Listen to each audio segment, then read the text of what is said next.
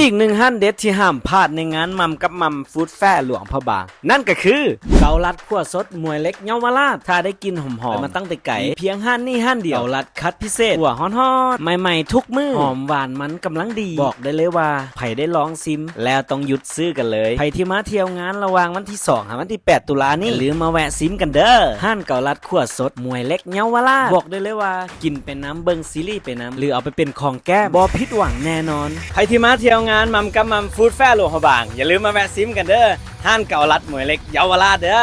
บูธเพิ่นตั้งอยู่ขวามือของเวทีเลยบูธส่วนอาหารเบสคาเฟ่หลวงพระบางเก่าลัดหมวยเล็กโบเด็ดปิ๊กปองโบบอนครหลวงเวียงจันทร์มีอีกสาขาเด้อในงานบุญทรงเฮือท่าวัดจันทร์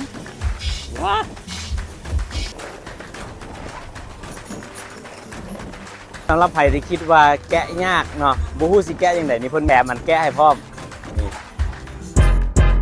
อยากจะเชิญชวนมาฟู้ดแฟร์มากับลุงขออร่อยสายกินสายแฟร์มีให้เลือกเพียบพร้อมกินงำมัมเจอกันที่งานมัมชิมกินที่งาน